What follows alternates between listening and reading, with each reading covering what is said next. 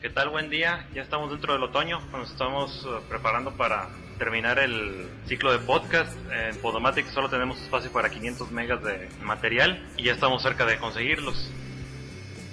Para aprovechar el espacio que nos queda, vamos a dedicarle 4 horas a Yes, la segunda banda de la casa. Bueno, más bien la tercera. La primera se vienen los Beatles, la segunda Pink Floyd, la tercera es Yes. Con Yes voy a hacer algo muy diferente a lo que habíamos hecho en otros casos, como con Peter Gabriel o Pink Floyd. La obra de Yes es demasiado extensa, abarca 40 años. No es fácil amalgamarla toda, a pesar de que está realizada en un estilo bastante bien definido.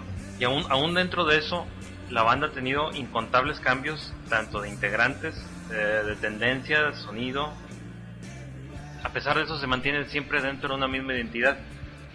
Lo que vamos a hacer es una selección propia de mis temas más predilectos y acomodarlos de manera cronológica. Esta primera hora y 20 minutos nos enfocaremos en la primera década, de 1969 a 1978. No es la mejor manera de amalgamar la obra de ellos. Dentro de esos 9-10 años hubo muchos cambios, muchas diferencias de estilos, pero básicamente la primera década vamos a tratar lo que es el arranque y establecimiento de lo que es Yes. Y para ilustrarlos un poco, me voy a apoyar en un texto que escribió Jorge Soto, o Jorge R. Soto, que salió publicado hace algunos meses, hará un año, en un especial de La Mosca sobre rock progresivo. La Mosca, como ustedes recordarán, es una revista bastante célebre de rock nacional e internacional, que se publicó aquí en México y que por cuestiones de dinero dejó de existir. A estas fechas ya La Mosca ha vuelto, pero a manera de revista virtual, se puede encontrar en internet, como La Mosca en la pared, o La Mosca en la red más bien. Era una muy buena publicación, tristemente ya no existe. Pero pues aquí tenemos los back issues para apoyarnos en este especial que vamos a hacer. Vamos a ver. El grupo de rock progresivo más longevo de la historia se llama Yes. Fundado en 1968, cimentó su prestigio en la voz angelical de Jon Anderson y el virtuosismo instrumental de sus integrantes, quienes colaboraron posteriormente con incontables artistas de la escena musical. Yes también ha sido el semillero de un buen número de bandas de diversas orientaciones. Esta institución inglesa fue el resultado de la unión de Anderson con el bajista Chris Squire, quienes se conocieron en un club de Londres. La idea rectora de su proyecto fue la calidad en la interpretación. Sus afinidades en gustos musicales los llevaron a componer juntos. Querían formar una banda que tomara elementos del rhythm and blues, pero que pusiera mayor atención a la melodía, las letras y las armonías vocales. Además, tenían en mente un grupo de apoyo que tocara como una orquesta. Para esos efectos, descubrieron al baterista Bill Bruford por medio de un anuncio en el periódico de Melody Maker, y reclutaron posteriormente al guitarrista Peter Banks y al tecladista Tony Kaye. El quinteto empezó a trabajar un sonido que combinaba elementos del pop, el rock, el folk, el jazz y la llamada música clásica. Del grupo The Nice tomaron prestadas ideas sobre la música renacentista y barroca. De Miles Davis, las armonías vocales que dieron como resultado un sonido tan preciso y distintivo que a veces parecía más un experimento científico que música para fiestas, lo que los convirtió en pioneros de los subgéneros conocidos como rock progresivo y art rock. El grupo empezó a llamar la atención desde sus conciertos iniciales y lanzó su primer LP, Yes, en 1969. Además de presentar temas originales, se incluyeron versiones a temas de los Beatles y los Byrds. Este disco contenía destellos de lo que el grupo sería en el futuro, pero aún no se concretaba un estilo definido. Al año siguiente apareció Time and Award, mismo que incluía un cover de la canción No Opportunity Necessary, No Experience Needed, de Richie Havens. El trabajo de ingeniería de sonido corrió a cargo de Eddie Oxford, quien se convertiría en casi un miembro del grupo en los años por venir. Ninguno de estos discos tuvo un impacto comercial importante y Banks deja la banda. Aquí dejamos un poquito el texto de Jorge Soto para hacer ya comentarios por mi cuenta. El primer disco de Yes, de 1969, trae la característica de que en su contraportada trae un extracto de, si mal no recuerdo, Melody Maker, no recuerdo escrito bien por quién, pero hace mención de que en 1969 había dos grupos que habían surgido de la casa disquera Atlantic, que tenían la madera suficiente para llevar el rock a través de la siguiente década, que sería el 70. El primer grupo al que se referían era Led Zeppelin y el segundo era Yes.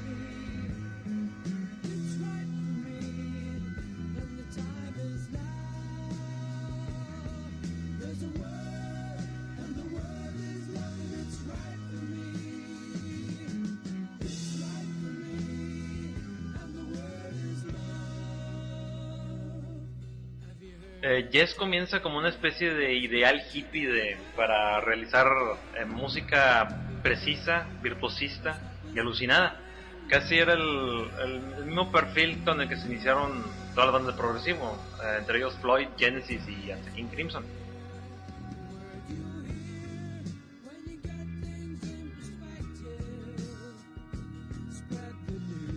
Siempre existió dentro de la vena del rock progresivo la intención de generar de combinar el rock con la música sinfónica. De hecho, aún hoy en recientes fechas no faltan grupos que quieren lograr ese ideal.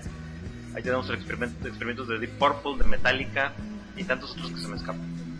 En la década de los 70 estuvo el caso de Electric Light Orchestra, pero el caso de Yes era más bien la idea de crear suites sinfónicas con el rock como base, que era algo diferente. No era tener que depender de un violín y de un cello y de cuerdas y metales para generar piezas de progresión sinfónica.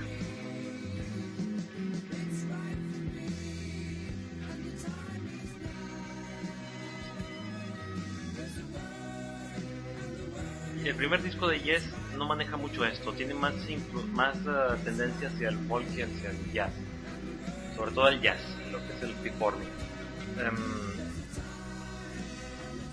Para los que estamos más acostumbrados al sonido actual más moderno de Yes, no nos cae tan muy de gracia.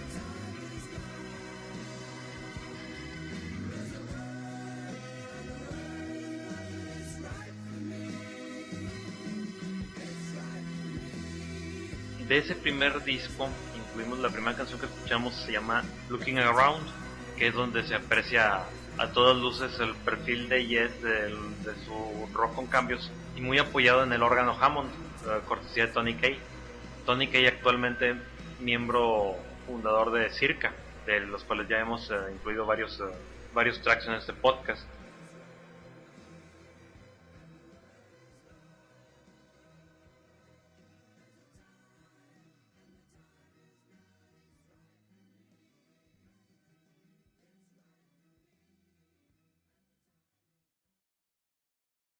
Del siguiente disco, Time and Award, incluimos dos cortes. El primero, Time and Award, y este que estamos escuchando, que se llama Astral Traveler. Aquí el sonido se empieza a afinar y hacen un paso algo atrevido para hacer un segundo disco. Se animan a trabajar con orquesta, pero ellos mismos en su momento y en recientes fechas han considerado que no fue una gran idea, que el sonido no fue todo lo brillante que se quiso.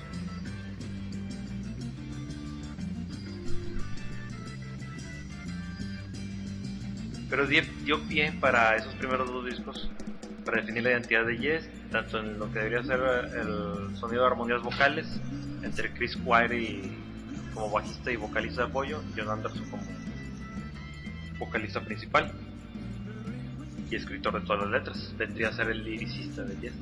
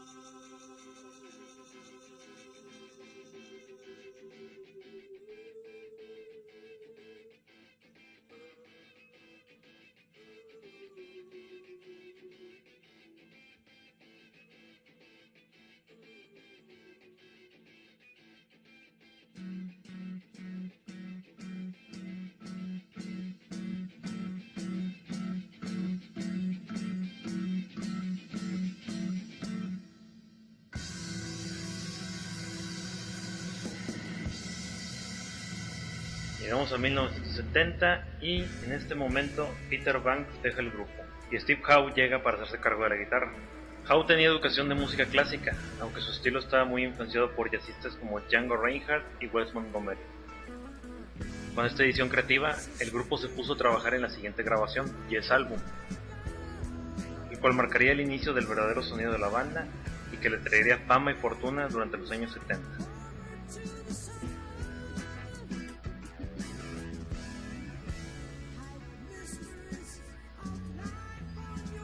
El estilo letrístico de Anderson y el sonido de la banda tomaron forma a partir de esta producción.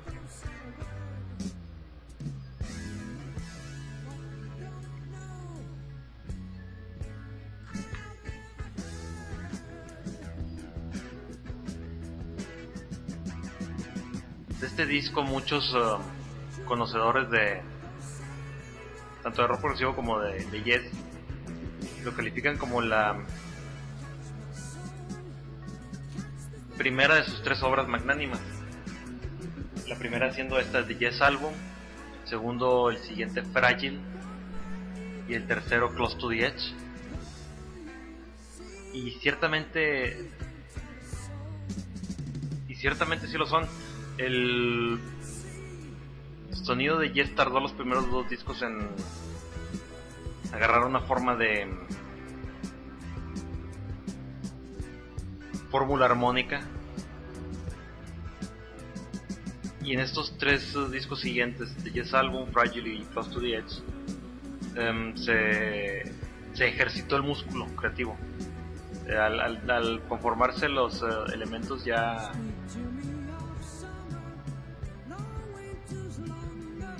de talento más fino, se dio la catarsis creativa.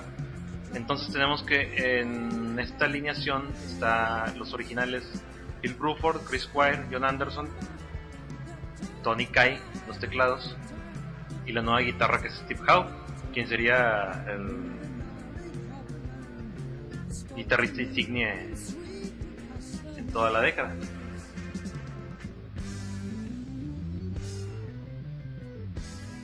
Howe tiene un estilo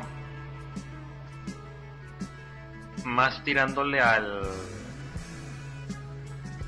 lo acústico y a lo purista. A pesar de que es un buen guitarrista eléctrico, un buen guitarrista de rock, él muy rara ocasión llega a utilizar pedales o distorsiones en las guitarras. Y cuando usa la guitarra eléctrica le pega limpio. Él no se apoya en delays, ni en efectos, ni en reverb, ni en nada.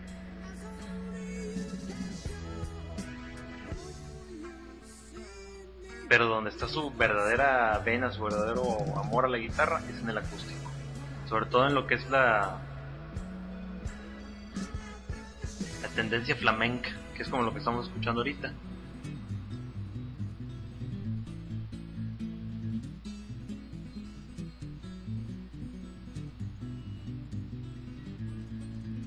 Ha habido momentos, sobre todo cuando se pasa al grupo Asia, cuando le ha tocado dar riffs más pesados, pero habitualmente no es su caso.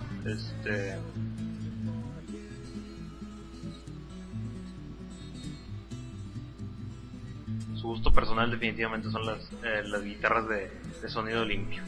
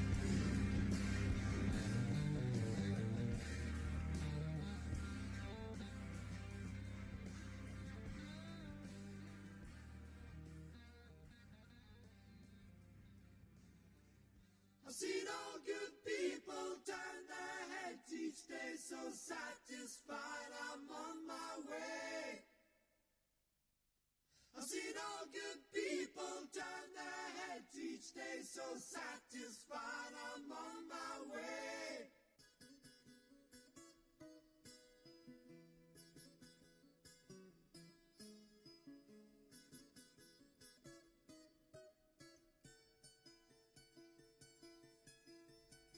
Take a straight and stronger course to the corner of your life.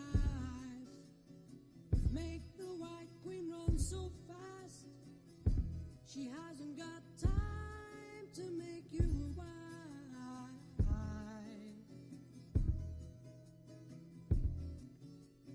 'Cause it's time in time with your time, and this news is captured.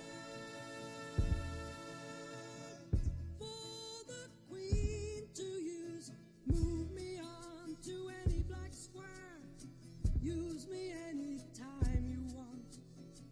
Just remember that the goal is for us all to capture all we want. Me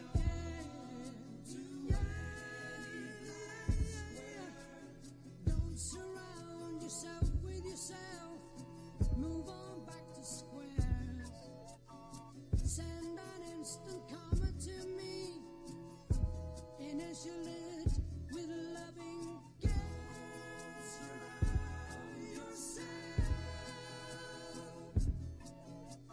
'Cause it's time in time with your time, and this news is captured. For the Queen to use.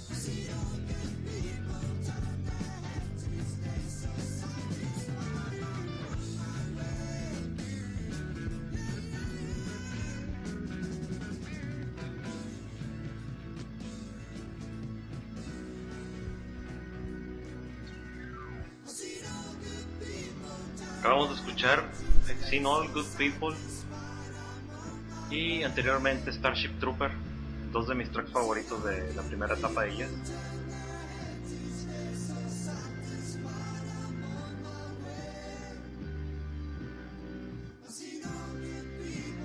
Pues sigamos con el texto publicado en La Mosca. Yes se embarcó en su primer gira en los Estados Unidos para apoyar el Yes Album, pero poco después el tecladista Tony Kaye abandonó la banda para unirse a Punks en el efímero grupo Flash. Yes reclutó entonces a Rick Wakeman, quien antes militó en el grupo de folk rock The Stropes. Este pianista, que había estudiado música clásica, trajo al grupo un virtuosismo que encajó muy bien, al aportar arreglos cada vez más complejos. Con este cambio de alineación se grabó Fragile, de 1972, para muchos un libro de texto del rock progresivo. Aquí se incluyó Roundabout, el primer gran éxito de Yes. El disco se distinguía por ser el primero en presentar el arte de portada de Roger Dean, cuyos paisajes de fantasía y tipografía distintiva se convertirían en un sello visual del sonido de Yes para sus seguidores en todo el mundo.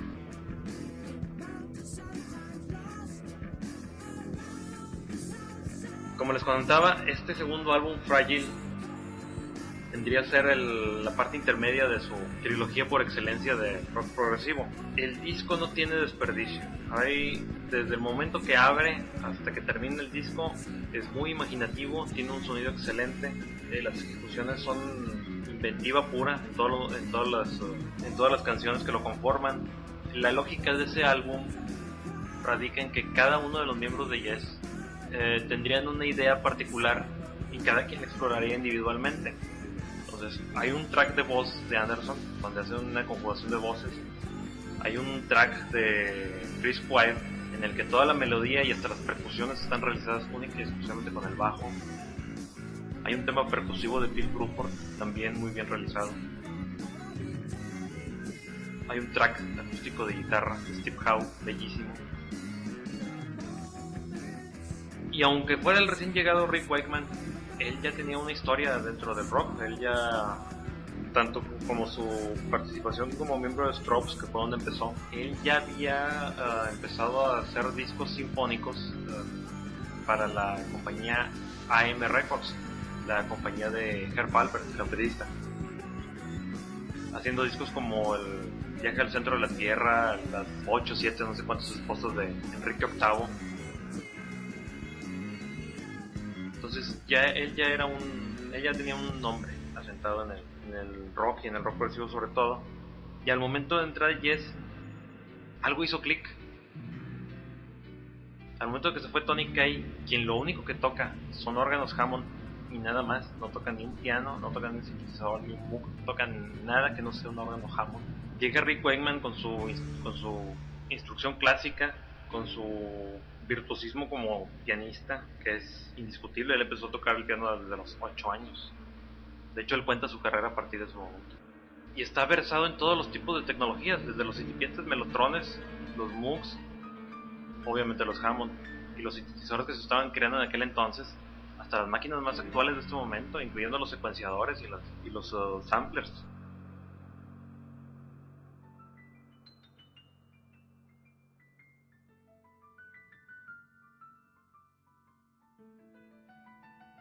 Esa mentalidad y esa abertura de mente le sentó muy bien a Yes. Y aquí en este track llamado South Side of the Sky, o el lado sur del cielo, podemos notar cómo las inflexiones de piano de Wakeman embonan muy bien con todo el trabajo percusivo, el bajo y la guitarra y las voces de Anderson. Parecía que le estaban guardando el lugar a Rick Wakeman para que él viniera a ocuparlo posteriormente, al momento de que todo el grupo llegara a cierto punto de madurez musical.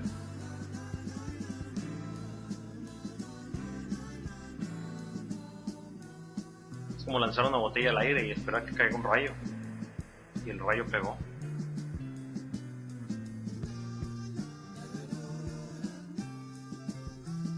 Como les digo, el disco se compone de varios tracks individuales, más los restantes en colaboración grupal. De ese tomo este disco. No tomé el track Roundabout porque en realidad lo pasan mucho por radio. Y en todos los conciertos de Yes es un tema infaltable. Fue su primer gran éxito radial. fue el tema que puso el rock progresivo sobre la mesa y lo convirtió en el tema de moda durante toda la década de los 70.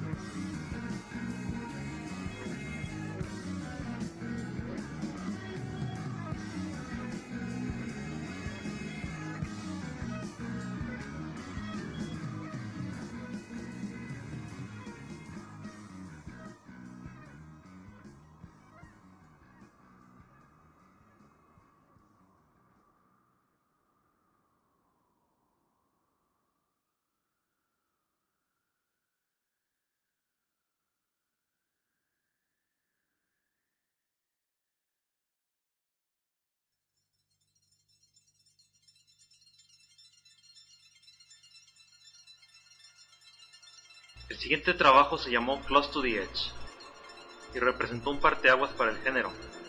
Con todo el primer lado separado en movimientos, este álbum fue calificado en su momento como el disco de rock progresivo definitivo. Contiene 3 cortes sinfónicos: Close to the Edge, And You and I y Siberian Cat Roof. La producción cumple con creces la promesa del género de llevar al escucha un viaje mental y emocional con sus arreglos complicados, letras inaccesibles y ejecución impecable. En las clases de historia y en las viejas consejas se habla de art rock cuando se hace referencia a este disco.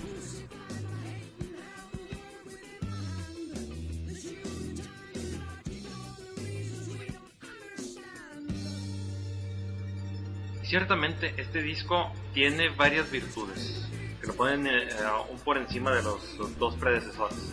A pesar de que tiene 2 canciones muy largas, la primera Close to the Edge, que dura 22 minutos y fracción, la segunda en You and I, que la vamos a escuchar a continuación, que dura alrededor de los 10 o 12 minutos.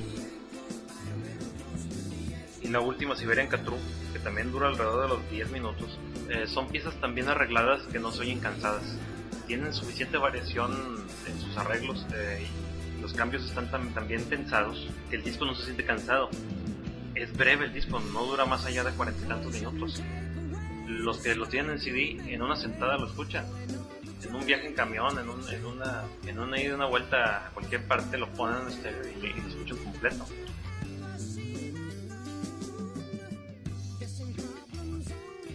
Pero, cabe aclarar, para esta ocasión me apoyé en las últimas ediciones de la discografía de Yes, que se ha venido publicando hace 5 o 6 años más bien, que han estado remasterizando los discos y agregándoles bonus tracks.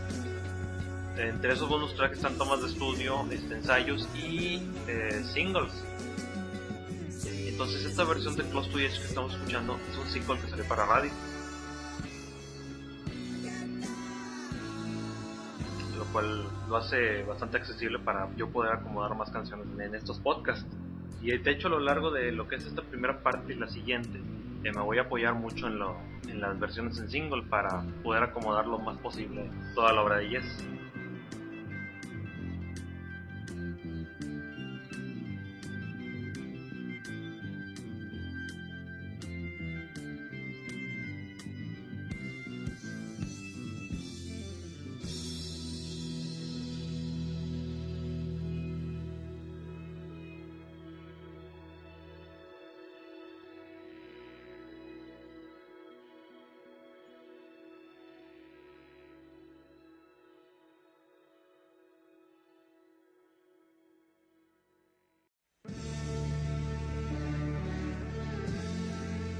Y esta es la canción En You and I, de mi versión favorita del álbum Yes Songs, un álbum cuádruple con una hermosísima portada, contraportada e interiores a tamaño LP, ilustrada por Roger Dean, que por ahí tengo entre mi colección de curiosidades que compré ahí en Reforma. No me acuerdo cuánto me costó, pero no fue la gran cosa, pero puedo asegurar. Cuando ponga este podcast en el blog voy a tratar de incluir esas imágenes para que las puedan apreciar. Volvamos al texto. Antes de que iniciara la gira de 1972, Bill Bruford se retiró del grupo y fue reemplazado por Alan White, ex Plastic Ono Band. Momentos notables de la gira pueden encontrarse en el álbum triple en vivo Yes Songs de 1973 y en un DVD del mismo título. De hecho, Alan White siempre estuvo relacionado con John Lennon. Todas las baterías en los discos de John Lennon es Alan White, inclusive en el último disco de Double Fantasy and Milk and Honey. Alan White se mantiene actualmente relativo al universo Beatles. De cada que hay festivales y conciertos tributo a los Beatles o John Lennon, Alan White participa. De hecho, recientemente hubo uno hace unos 2 meses. Se pueden encontrar los videos en YouTube.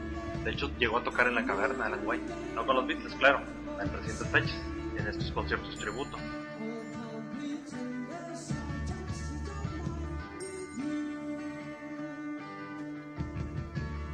En el disco Yes Songs, que es el que estamos escuchando, sí toca Bill Bruford. En algún momento de esa misma gira estuvo Bruford tocando y luego tuvieron que hacer el switch de baterista. Bill Bruford se fue en ese momento con King Crimson y duró toda la década de los 70s, toda la década de los 80s y parte de los 90 siendo el baterista para Robert Fripp y King Crimson.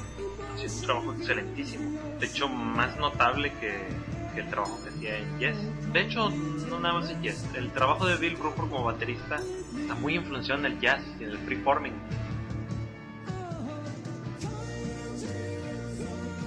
Y aunque le daba un toque muy especial y distinguible estando ahí y en todos los grupos en los que ha participado, incluido Genesis, en algunas partes del disco de Lamb, Lay Down on Broadway, aquí ocurrió otro caso de casualidad que estaba esperando el momento oportuno para ocurrir.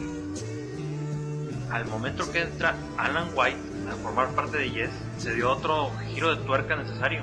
Alan White es un baterista mucho más rockero, de una vena un poquito más, no más rápido, pero sí más, con más recursos y más potente, eso sí. Todo un baterista de rock, como hay pocos. Entonces, a partir de este momento, se da lo que es la primera aparición de la alineación clásica de Yes, la que todo el mundo añora y protege por sobre encima de todas las cosas. Vienen siendo los originales Chris Squire, John Anderson, los virtuosos Steve Howe y Rick Wakeman, y el baterista base de todo, Alan White.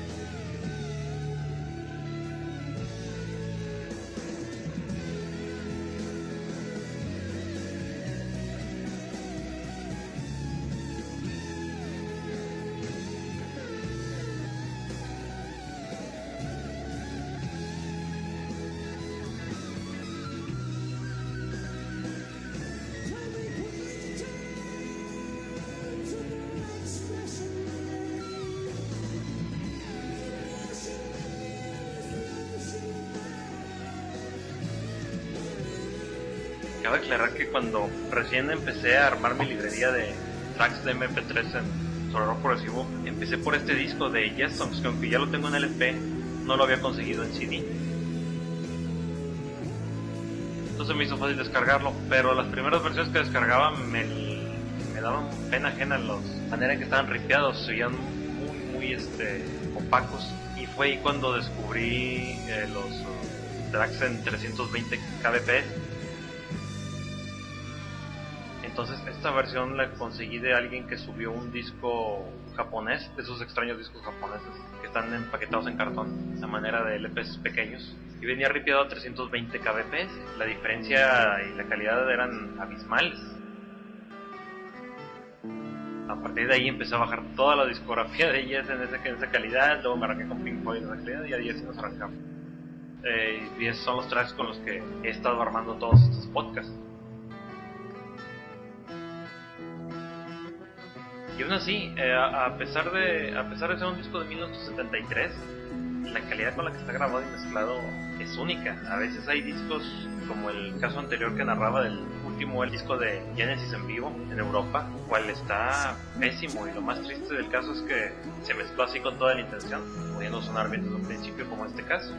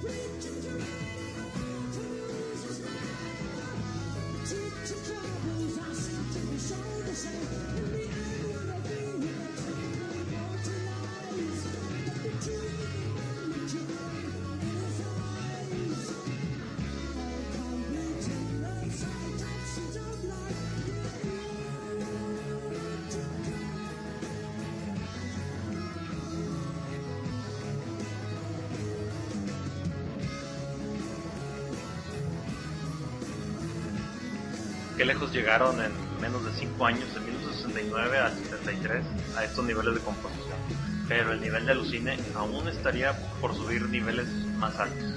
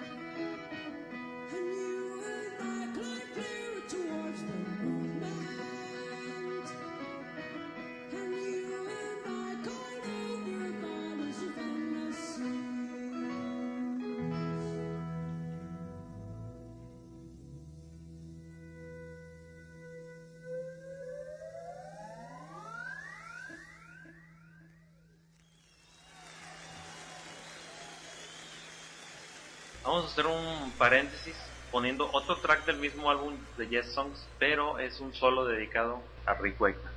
Dejamos a John Anderson que haga la presentación.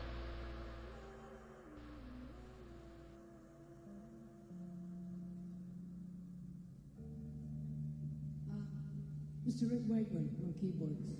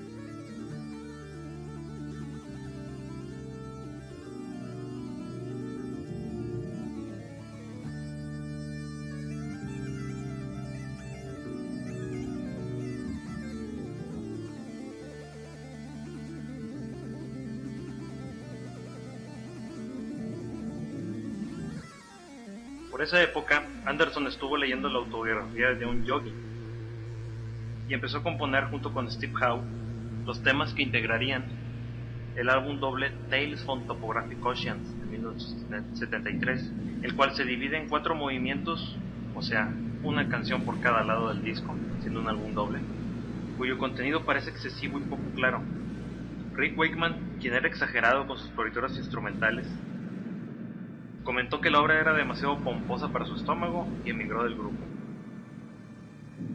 En varias entrevistas, Rick Wakeman ha comentado que tenía problemas para, uno, comprender y apoyar el sentido lírico del álbum, y segundo, era el tipo de música que se había vuelto tan compleja que él ya no podía improvisar de tal manera.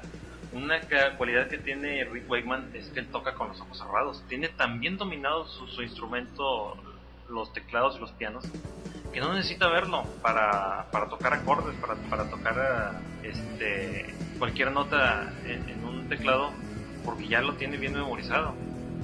Entonces, si ustedes van a un concierto de Rick Wakeman, él ni siquiera está viendo la audiencia. Él siempre cierra los ojos, pone las manos sobre las teclas, y lo demás sucede por obra de la inspiración. Entonces, habiendo esa disparidad en el proceso creativo entre Anderson, Howe y Wakeman, él se retira del grupo para seguir con su carrera solista. Entonces el grupo contrata al tecladista suizo Patrick Moraz, y con él grabaron el disco Relayer de 1974, de cual estamos escuchando la canción Sound Chaser. Podrán dar cuenta que el estilo es muy diferente a lo que venía manejando.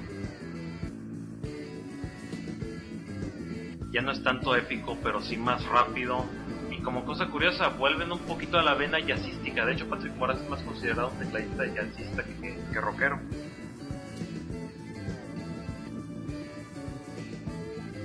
Podría decirte que esta es una pequeña desviación de la ruta progresiva.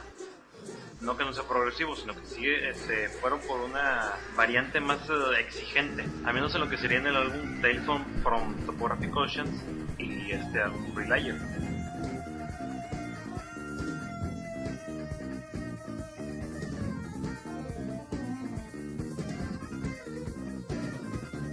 Al año siguiente apareció Yesterdays, una antología con selecciones de sus 2 primeros discos, que incluye una versión de más de 10 minutos del tema America de Paul Simon, grabada en 1972 con Wakeman y Bruford. En 1975, Yes ganó 5 premios en las encuestas de los lectores del Melody Maker, lo que indicaba que, como pasa en muchas ocasiones, las opiniones de público y crítica difieren.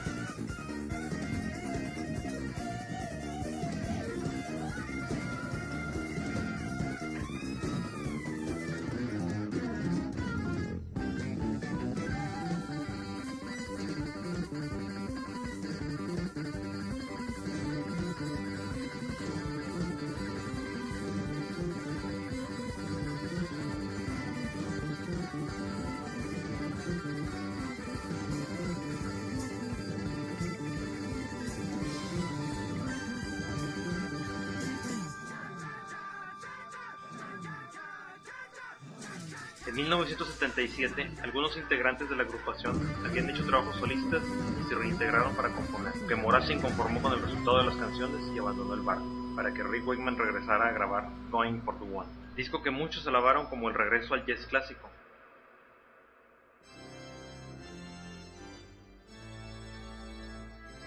Así pues, tenemos que desde 1974 hasta 1977 no hubo jazz. La continuidad de discos desde 1969 se interrumpió.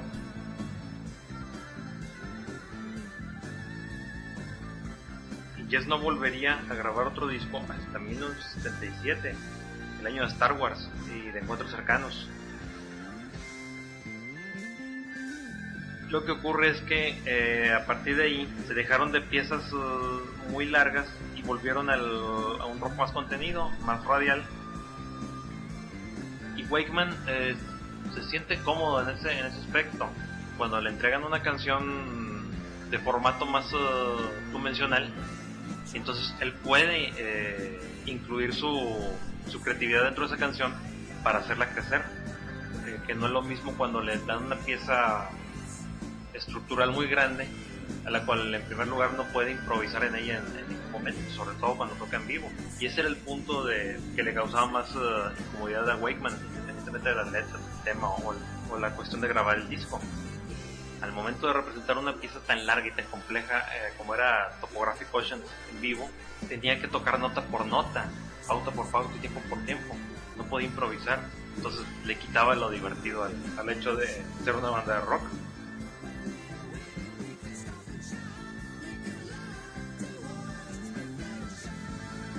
Así que tenemos que para 1977 se dio el primer gran regreso de Yes, con un disco considerado por muchos también como uno de los grandes discos de rock progresivo.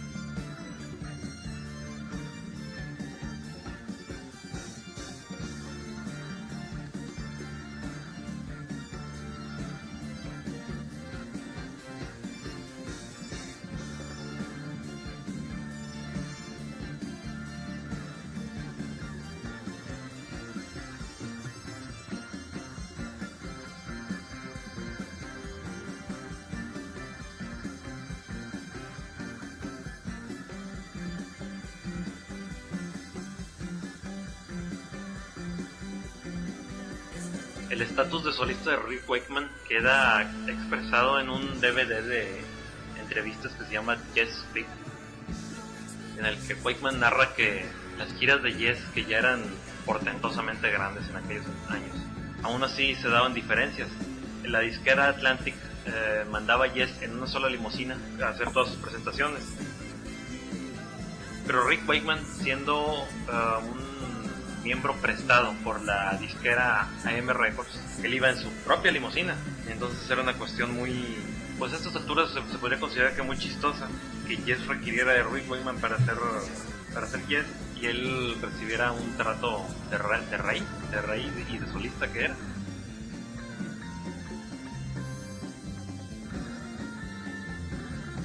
Pero era más que nada cuestión de las disqueras, que cosas que ya no se manejan hoy en día.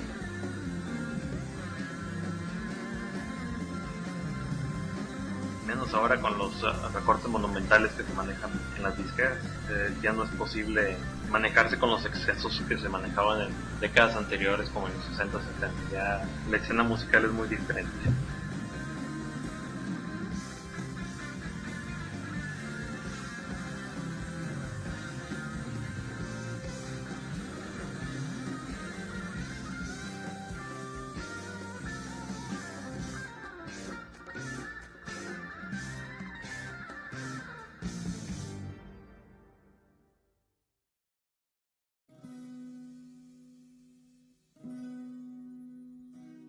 Esta canción también pertenece al Going for the One, es otra de mis canciones favoritas, y es una especie de mezcla de Time and Award y Close to the Edge en menos de 5 minutos. Se llama Under Stories,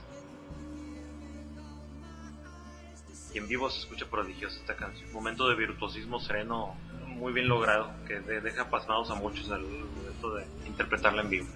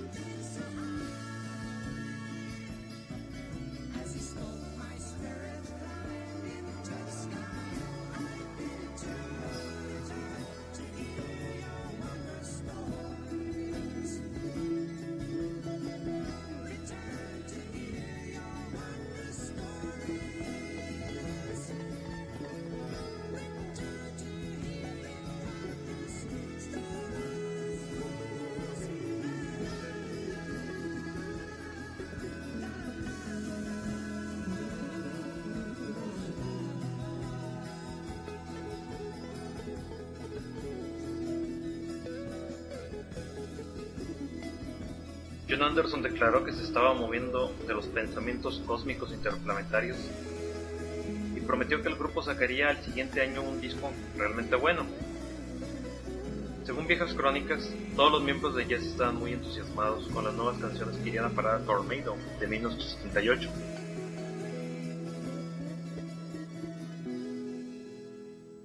Una vez más la crítica no estuvo satisfecha, a diferencia de la gente común y silvestre, que celebró la llegada del éxito del sencillo Don't Kill the Whale, mismo que se convirtió en el éxito de radio que necesitaba Yes para tener presencia en los Estados Unidos.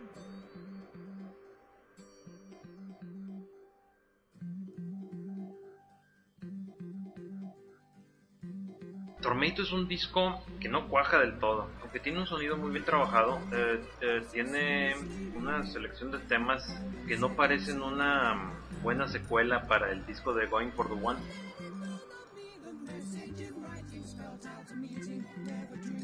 Algo pasó al volverse a encontrar con Rick Wakeman, que la dupla dejó de ser...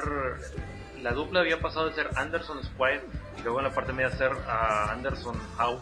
Y en este último disco Tornado pasó a ser Anderson Wakeman. Y de hecho es fecha que Anderson se ha apoyado mucho en Rick Wakeman porque empezaron a irse más hacia el lado de New Age, en aquel entonces apenas naciente. Entonces el Yes empezó a perder su fuerza rockera y es muy palpable en este disco.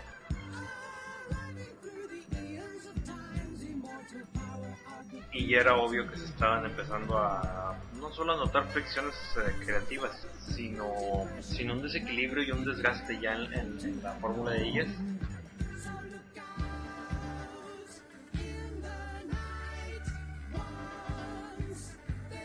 Y una prueba de esto es este track que estamos escuchando, se llama Arriving UFO. Es muy notable los segmentos rockeros a los no rockeros de la canción, y es el caso de todo el disco.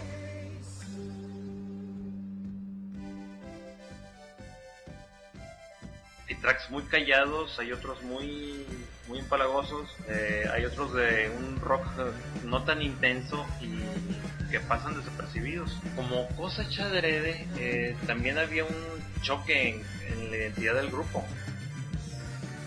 Tanto el disco Going for the One como ese Tormento no fueron diseñados por Roger Dean y sus cubiertas, sino por Tom Torgerson de Hypnosis, los diseñadores de Pink Floyd.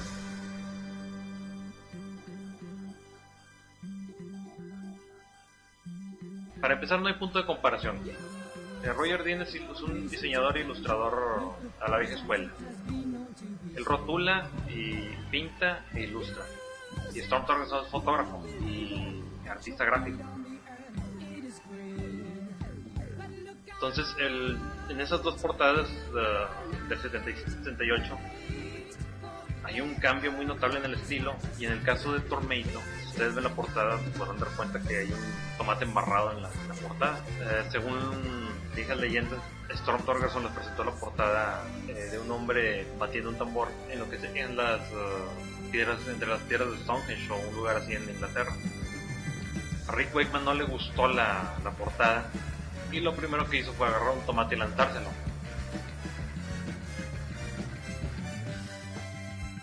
Supuestamente la idea les pareció buena a los demás miembros del grupo, y así se quedó la portada de la fotografía con el tomate embarrado.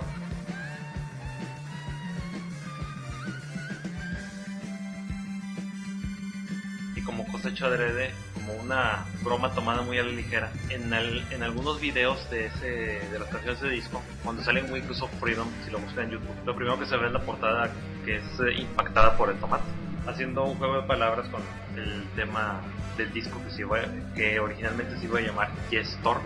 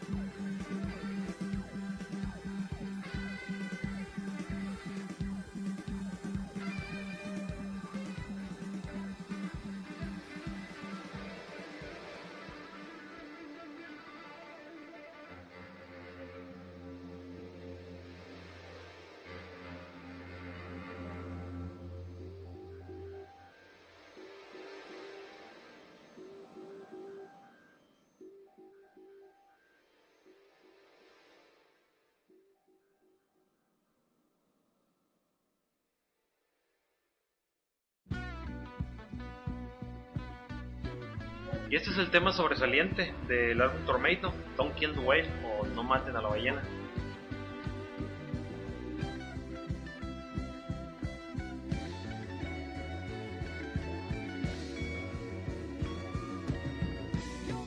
hecho, curiosamente, la portada del single de este track sí lo dibujó Roger Dean.